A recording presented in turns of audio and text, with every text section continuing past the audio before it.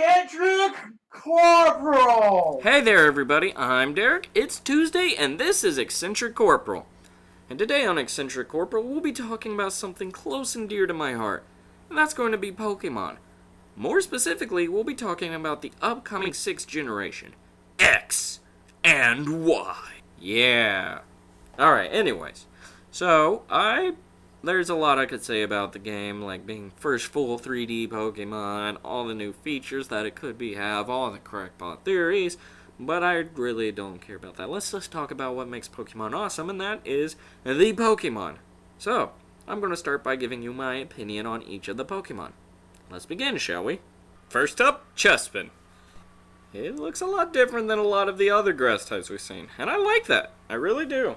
It's probably one of the most creative looking grass starters I've seen so far. And yeah, it does look a lot like Oshawott. So what's that tell us? It just tells you that grass type is vastly inferior to the water types, and for them to look original they have to steal another water type's design. I'm just saying. Next up, Fennekin. It's a fox with fur in its ear. It's a fox. There's not much else you can say about that. Though I do want to say this to all the people worried about it being firefighting in the end. Know what that is? That's the world's smallest violin. Nobody cares. And finally comes Froakie, who, just like a water starter, is the best for last. Because he is the best. Water starters always are. Froakie's no exception. And I'm not just saying that because I'm biased towards water starters. But anyways, it's quite clear that he's the one I'm going to be choosing. But I do want to mention that one of his supposed typings is water flying. And that would be pretty cool. I'm not against that, but the reason is something I don't agree with. People are saying because he has those clouds on his back that he is going to be related to the weather, and that means he's got to be flying. Which I do agree that he's probably going to relate to the weather, but cast form relates to the weather more than any other Pokemon, and it's not flying, and it could have easily been flying. So, I don't think you have to be a flying type to relate to the weather. That's all I'm saying. Alright, after the starters came the legendaries, so let's talk about those guys. X-Guy and Y-Guy. Yeah, so, X-Guy and Y-Guy are pretty cool. Y-Guy definitely looks more like a Y than X-Guy looks like an X. But, I mean, what else were you going to do with an X? I like his horns, though. His horns are pretty. He might be overcompensating for a little bit, but they're still pretty cool. Anyways, I don't really have much to say about these guys, because, I don't really care for legendaries that much.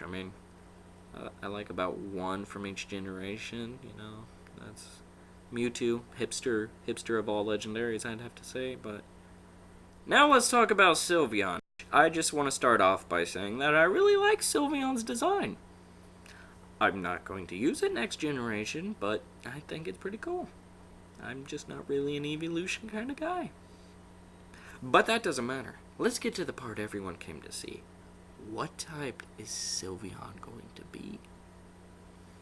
Well, I'll tell you, because I've deduced it. I have figured it out. I have the most foolproof theory. Alright? So let's take a look at Sylveon. See? Let's count the ends of it. There's the end of its tail, the end of its ears, the end of its bow, the end of its other bow, the ends of its legs, and the ends of its back legs. We add these up together and we get 11. And what's the 11th type in the order of Pokemon? That's right, the no one gives a fuck type. So stop it. I'm tired of hearing all these theories. I don't care what type Sylveon is. It's pink and it's adorable. That's all you need to know! Moving on. Finally, let's talk about the latest revealed Pokemon. This guy doesn't even have a name yet, so I'm just going to call him Mewtwo for now. So, Mewtwo, I just want to start off by saying he looks awesome! He's like Mewtwo meets a Xenomorph. How can you go wrong with that? But we don't know if this guy is going to be a form of Mewtwo, or like a brand new Pokemon Mew 3, which would be awesome.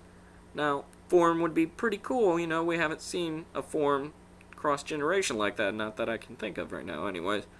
But I'm really hoping for Mew 3, because we've been waiting for Mew 3 since Generation 1, and I think it's about time. And honestly, I'm just really sick of seeing people's, like, original character Mew 3s all across the internet. I mean, everyone does one and they're just awful. Ignore that! Ignore that, okay?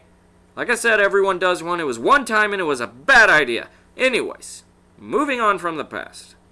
Mewtwo is going to be awesome, regardless if it's a form or a new Pokemon. So there you have it. I could give you a 10-minute rant on each of these guys, but I'm not going to do it, okay? I just want to say that they all look great. The game looks great. Everything looks great. 6th Gen is going to be amazing, and I have no worries that it will be.